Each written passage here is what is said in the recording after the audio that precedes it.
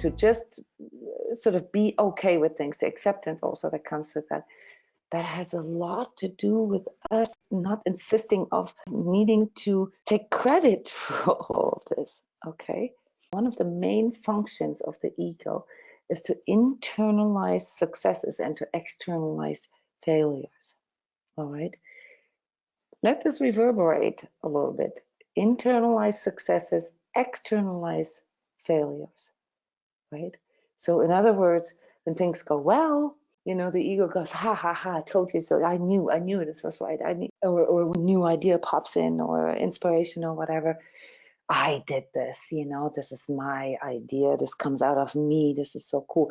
And when things go wrong, you know, then we tend to first, you know, seek blame, okay, externalize it. So we find other culprits, you know, no matter how far back we have to go, we find somebody who is responsible and not ourselves. So here, really what it says is that there's something suddenly there, be it an insight, be it a new perspective, be it a new feeling, a new reference feeling, or a new clarity that, well, it just so came. We didn't really have to suffer for it. We didn't really have to do anything for it. And this is the part here with the ego, why the ego typically doesn't actually like these things. We can't really claim any credits for it either. That's the part here when the mental schism that the ego likes to engage in becomes active. Now it says, well, how could this be? I think you said something. You said seeking proof for. Isn't that what you said? You said without seeking proof, or without, you know, sort of looking into the, you know, the reasoning or the causation. Yeah. We're trying to find seeking proof, right?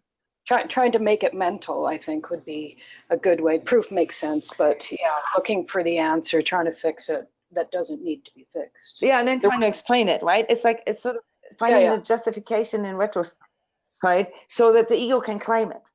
Yeah, yeah. So basically, you know, basically, I did see this coming. I did see this coming. Yeah. And then, but here's the problem.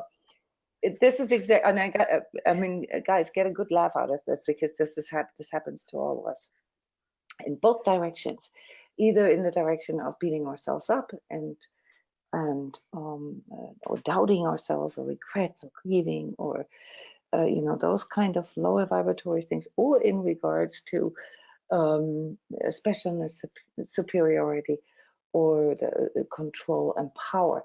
You know, it's when these gifts, these downloads, when they happen, there's a temptation here, and I've mentioned this before.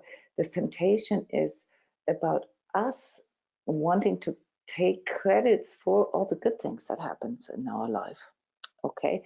Us wanting to only, this comes from this naive sort of idea that when things are blissful, when things are easy and happy, that everything's okay, and that this is something that we have created. Okay. What you are saying and what you're referring to, and this is actually significant, is that this temptation to wanting to take credits or seeking causation, you know, seeking blame for when things are negative, both ways, the positive and the negative, both are restrictive and basically tuning us into that limitation of our ego. They either trigger our mental or our emotional schisms. It doesn't matter. It's that fragmentation that I mentioned. The truth of the matter is that ultimately we're all here due to our alignment to divine creation. Okay, whether we like it or not, whether we believe in God or higher power or not. There is no way to argue the fact that we exist. Okay, we can argue about how we perceive our reality. And that we can argue about, but not the fact that we're existing. Okay, we do exist. And there's a part of us that knows that. Okay, then there's another part that likes to take credits for it. But let's just put that one aside. The point here is that whatever happens to us, to a certain degree, is linked into this high alignment. Whether we understand it, whether we believe in it, is irrelevant. Things happen out of their own self-propelled creation energy. Okay? Time and space exist out of their own energy. They do not exist because we make them exist. So there's got to be a higher power. We do not create. We have not made life. We get to live life. We get to witness life. We get to experience life. We get to observe life and all the aspects, of course, the physical, the emotional, the mental, the spiritual, and the energetic. But we did not create that. And our ego does not like that. So in times when we have the sudden input and we start tuning into things that, yeah, sure, perhaps we've read a lot of things or we already have a good fundamental understanding, maybe of physics or metaphysics or whatever. But no matter how we twist or turn it, we'll only just be the witnesser of it. We're never going to be the creator of it. And therefore, when these downloads come in, when these upgrades come in, it's very difficult for our ego to compute because it's seeking ways to take credits for it. Okay, and this is where most of us then get into an endless loop. Because if we want to take credits for it, all right, then we also have to take responsibility for it, and especially for all the stuff that's not so good. And can you see now how our schisms are being triggered in that way? You know, the ego wants to take credit, but it doesn't want to take responsibility. It doesn't want to be accountable. So which way is it now? That's our duality as humans.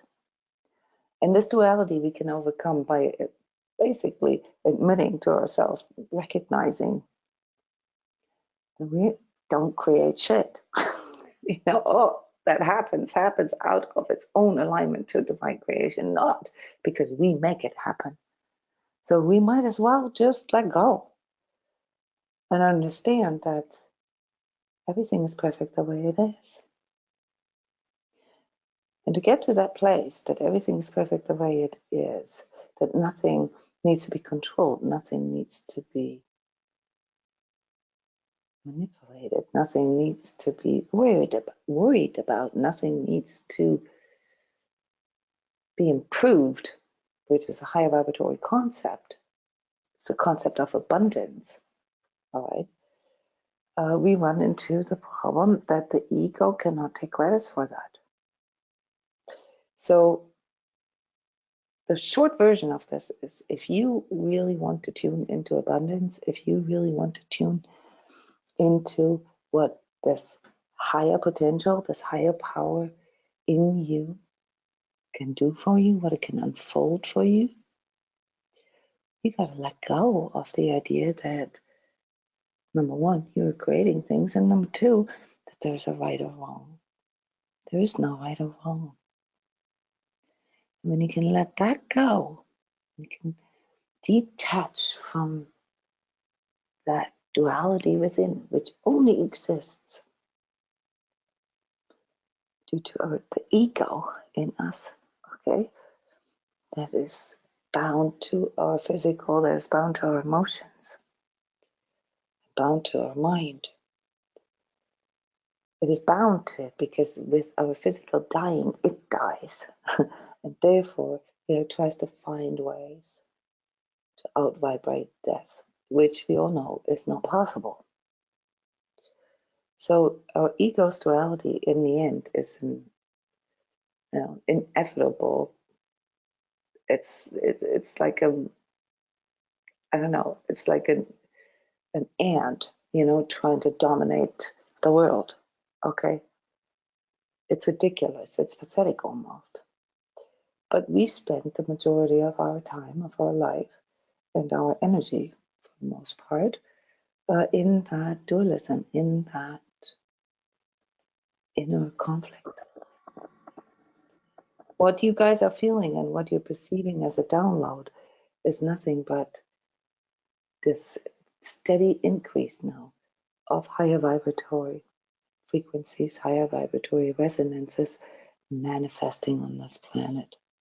And with it, also your potential, which means it's literally triggering our higher potential. And where does the ego fit in there? That's the problem. What do you guys think?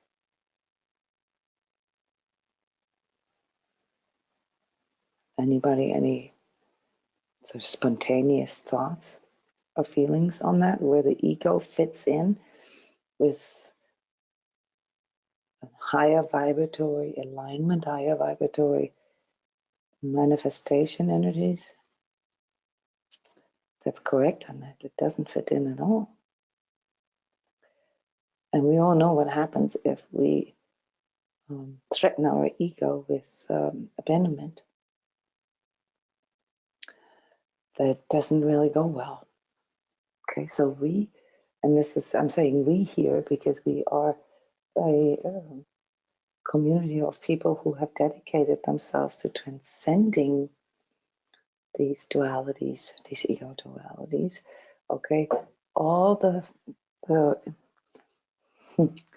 I want to say all the learning, all the pain, all the suffering, all the joy, all the training that you guys have been doing here pretty much all your life is for that purpose, for becoming able to transcend the duality of your ego. And duality means nothing but that inner conflict, the conflict between good or bad, light or dark, all or nothing, life or death. Okay? So this is what binds us humans to our ego, and it is also what binds us humans to these lower vibratory fields, energy fields of our humanness. Because the soul in us is not bound to that. See, when we die, our soul doesn't die. Our energy signature doesn't die. How can I say this? How do I know this? Because when I look at your guys' energy signature, I see you, not just you here from your day one till today. I see versions of you that are before you were born into this life, and I see versions of you in the future. I see the past, the present, and the future all simultaneously. I know they exist in these dimensions, and all these dimensions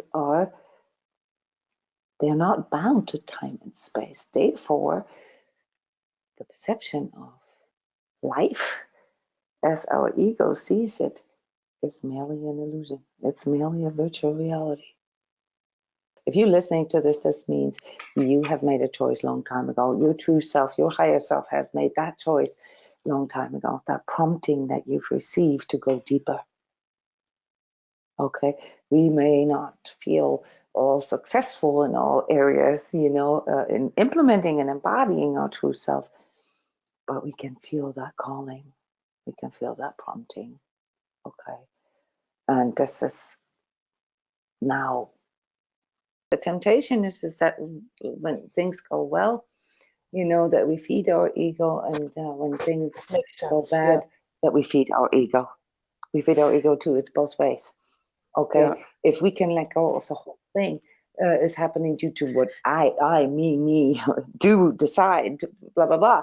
And if I just literally see that there's a larger perspective here, and within that larger perspective, the mere fact that I'm here, I mean, you can look at the manifestation right now, and that's your causation. It's very difficult to understand, but it's the chicken and the egg problem. You look at your existence right here, and there you have your reason. I know this is a mind twister, but that's exactly how you have to feed yourself. You have to feed yourself with mind twisters so that you can won't we go get so into that tired one a little of it. farther? What can you No, we don't have to. It's an indulgence. It's completely irrelevant. You're already here, and you have not created yourself. So why would you even spend an iota more energy into trying to figure that one out? All our egos think that. And it's the funniest thing when you just see the world like I see it, with all these little egos walking around everywhere and all thinking that they're making the world revolve. It's ridiculous. Does this mean that our personal suffering, our personal trauma, that they are irrelevant? No. They have a relevance. They have very big relevance, but not in the sense that we think. The relevance of it is that it's supposed to show us the right path. Well, now you might say, how does all the suffering show me the right path? There's a very simple answer. It shows you how not to do it. But the ego doesn't like that answer. The ego says, yeah, but I've sacrificed myself. I have done all this for all the other people. I'm saving the world, I'm doing all this for everybody. And you're suffering? Okay. Well, I guess then you know exactly how not to do it. Or you can also just decide not to suffer.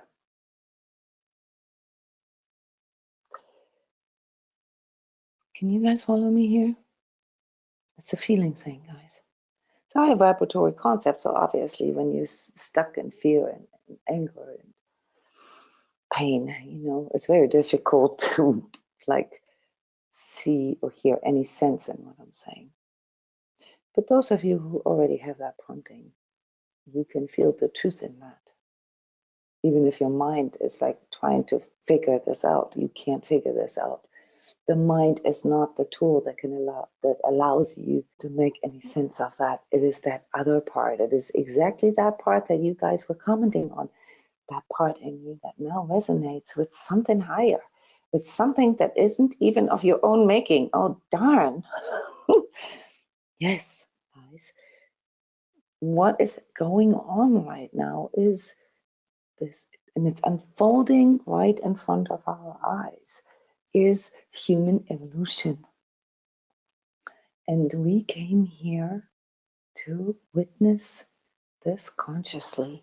This is what this calling, this true self-prompting is all about. Does this mean that everybody came here with that very same destiny of consciously witnessing this and perhaps even contributing in some way? No. 99.9% of people did not come here for that purpose. Again, that doesn't make you a chosen one or a special one. It doesn't make you a victim either. It doesn't make you a sacrifice either.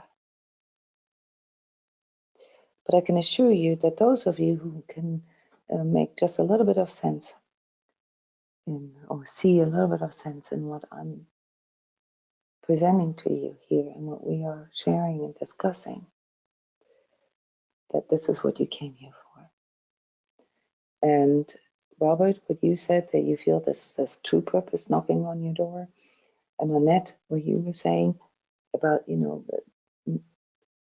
noticing that you are more and more able to witness things and to catch them before they latch on. It's not a coincidence, guys. July is the month where all this fated destiny is starting to kick in. You're starting to embody this now. And this is also where the problem lies, because there's no space anymore for all this mental and emotional looping. You can choose to continue doing that, and you can choose to suffer. That is okay. You're not a bad person if you choose that, but you are already in the knowing. You are already this part of you who already knows that you do have a choice.